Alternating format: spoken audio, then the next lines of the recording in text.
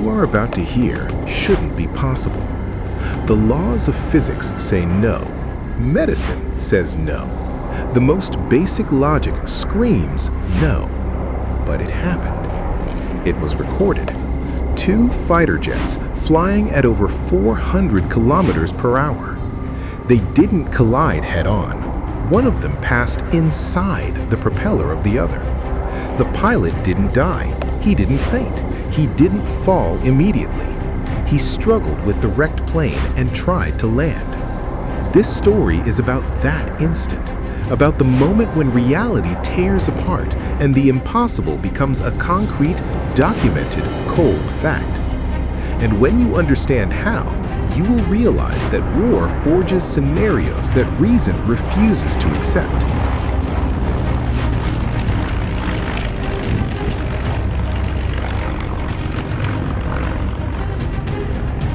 On the morning of that day, he was a number, a cog in the Allied machine, a young F4F Wildcat pilot, a fighter built like a tank, heavy, tough, made to absorb punishment, not to flaunt agility in the Pacific skies. He wasn't an ace. He didn't have his name painted on the fuselage with dozens of little flags. He was just a man who put on a flight suit, meticulously checked his parachute, felt the familiar discomfort of the straps tightening around his shoulders. He inhaled the ever-present smell of hot oil, metal, and aviation gasoline vapor. The engine started with its guttural roar. The aircraft trembled, eager to take off. He lifted off with the same ambiguous feeling as always, the methodical routine of the checklist superimposed on that silent cold in his stomach. You never know if you'll come back. But to manage to turn the ignition, you need to pretend you know.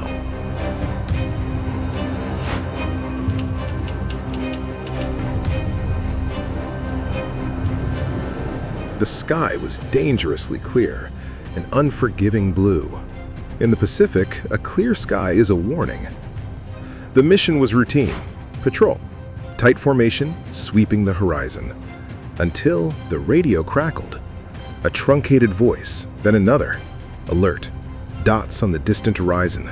Dots that become smudges, that become sharp silhouettes, instantly recognizable by the visual cortex even before thought completes. Zeros. Mitsubishi A6M fighters. Light, serpentine, deadly. Their philosophy was agility. The Wildcats, endurance. It was a heavyweight fighter against a swordsman. The first machine gun shot cut through the air. The second whistled near the cockpit. The third hit another Wildcat in the formation. And in seconds, the organized sky collapsed. It transformed into a 3-dimensional labyrinth of tracers, smoke, and planes spinning in a frenzy. The radio became a cacophony of overlapping voices, shouts, coordinates, useless alerts.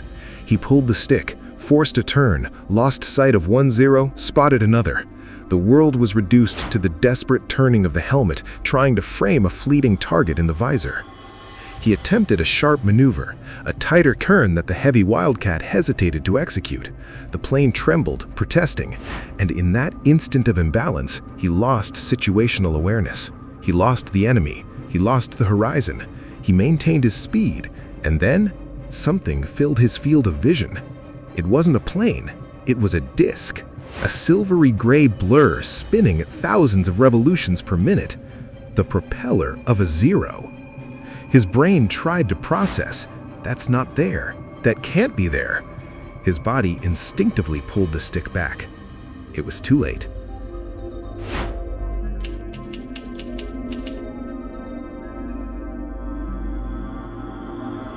The sound came first. It wasn't a bang. It was a rip, a metallic, high-pitched roar, as if the very fabric of the air were being torn apart by a colossal saw. Then, the impact. Not an explosion, but a violent intrusion. Something monstrous and spinning pierced his plane. The Wildcat didn't crash, it was pierced. The entire fuselage convulsed, the instrument panel exploded inward, a rain of glass, metal, and pointers. The control stick shook violently in his hands, almost slipping. Something hot and oily, hydraulic oil or perhaps blood, covered his visor. Sharp fragments buzzed around his head, hitting his helmet. And then, silence. Not peace, the wrong silence. The silence of the vacuum that follows a cataclysm. The engine still roared, but the sound seemed distant, muffled by the ringing in his ears and the white noise of the crash. He blinked, wiping the oil from his eyes. He was still in the air. He was still conscious. The machine was still working, or at least a grotesque, wounded version of it was. This was impossible. A complete denial of reality. Physics, engineering, everything he knew screamed that this moment shouldn't exist. But it did, and he, the pilot, was alive inside it.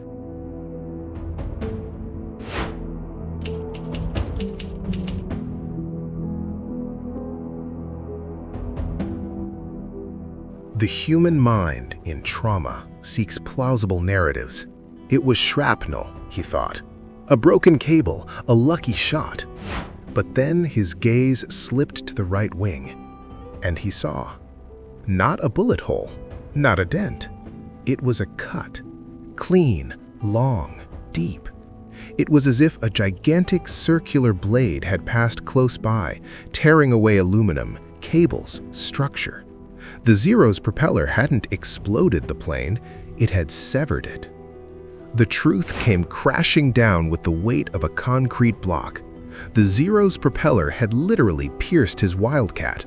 By millimeters, by sheer blind chance of the universe, the blade tips didn't hit the cockpit, didn't cut the main fuel tank, didn't sever vital control lines. He had survived not by design, but by a statistical failure.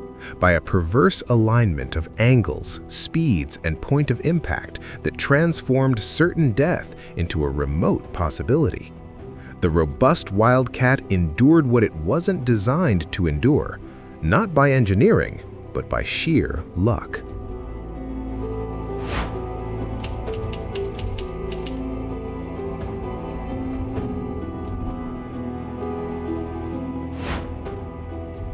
The options were a menu of bad choices. Jump, uncertain altitude, parachute possibly damaged, traumatic cockpit exit. Glide to the sea, a tomb of icy water awaited. Try to land? What was left of that plane? The radio was dead, or he was deaf.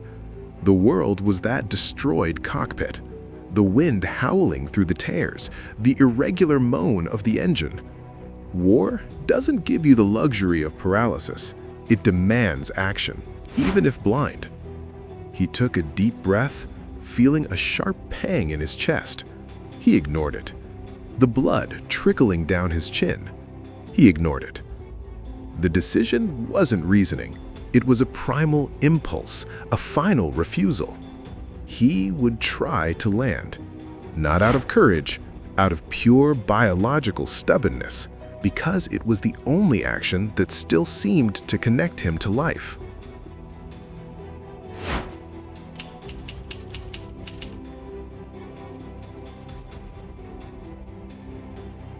Flying that plane was now a physical struggle.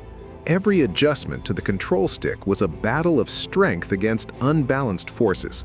The Wildcat pulled violently to one side, then to the other, like a wounded and frightened animal. The engine sputtered, recovered, sputtered again. The constant vibration threatened to dismantle what remained. His arms burned with fatigue. His vision tried to blur. He blinked forcefully, fighting the shock. The horizon swayed, an unstable line between the sky and the sea. Each second was a precarious balance on a razor's edge. One miscalculation, one overcorrection, and the already compromised structure would give way.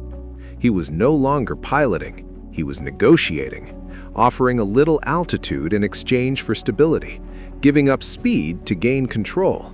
It was a tacit and desperate dialogue with a dying machine.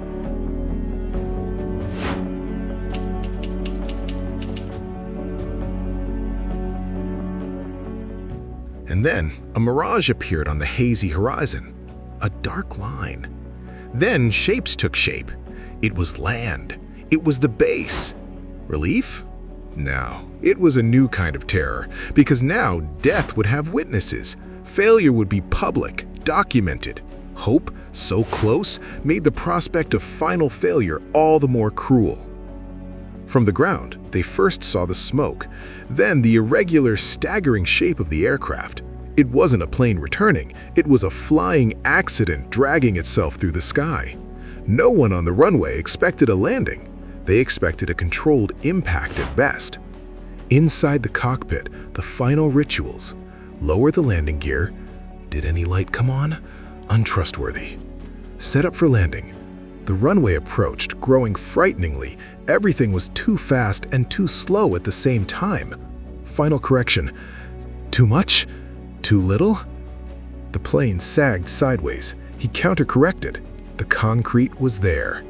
The touch wasn't gentle. It was a brutal encounter, a thud of twisted metal scraping against the asphalt. A violent twist, a final howl from the structure. The world spun in a cacophony of destructive noises. And then, silence. Again. This time heavy, absolute, impregnated with dust and smoke.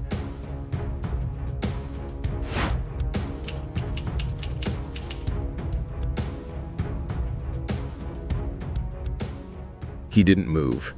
The inertia wasn't from fear, but from a total internal assessment. Legs? Yes. Arms? Yes. Pain. Diffuse but present. The sound of running footsteps, muffled voices, hands pulling at the cockpit canopy, daylight flooding his bloodied face. They shouted his name. He tried to wave, a minimal movement of his head. He was alive. And then they saw the plane. And the silence that followed was pure disbelief. The aircraft seemed to have encountered a celestial guillotine, a clean, deep cut sliced through the wing and the rear fuselage. The aluminum skin was shredded, frayed inward. It was a forensic scene, not of combat, but of a macabre and unauthorized physical experiment. The material evidence of the impossible was there, parked on the runway, still smoking.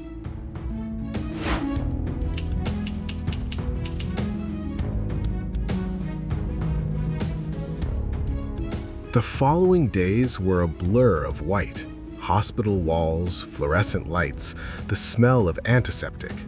The pains were given names: fractured ribs, concussion, lacerations. But the true injury was invisible. It was the memory of the tear, of the sound, of the propeller that filled the universe. When they showed him the detailed photos of his own plane, he remained silent for a long time, not out of trauma, but as a philosophical mirror. He was looking at the exact point where his life almost ended, an empty space, a metal negative representing absolute finitude. The line between his existence and his non-existence was as thick as a propeller blade. He hadn't just survived an accident, he had passed through a crack in reality, an event that should have erased his consciousness from the world, and he came back.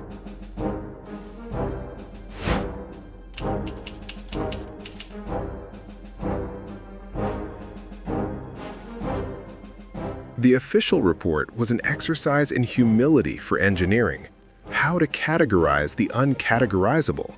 The experts measured, calculated, simulated. The conclusion was a technical whisper, improbable to the point of impossibility. The angle of attack, the propeller rotation, the relative speed, the residual resistance of the Wildcat structure, a convergence of variables so specific that it bordered on a statistical miracle. A variation of 1 degree, 1 centimeter, a fraction of a second, and the result would be an obituary. The story leaked. From a technical bulletin, it became a legend in the pilot's mess, then a case study in aeronautical engineering classrooms, not as a heroic feat, but as a monument to randomness. It taught a dark and vital lesson. In aerial combat, control is a partial illusion. Skill and training increase your chances, but in the chaotic realm of diving, firing, and spinning, there's a component of cosmic Russian roulette. That event proved that the rules had exceptions so absurd they couldn't even be written.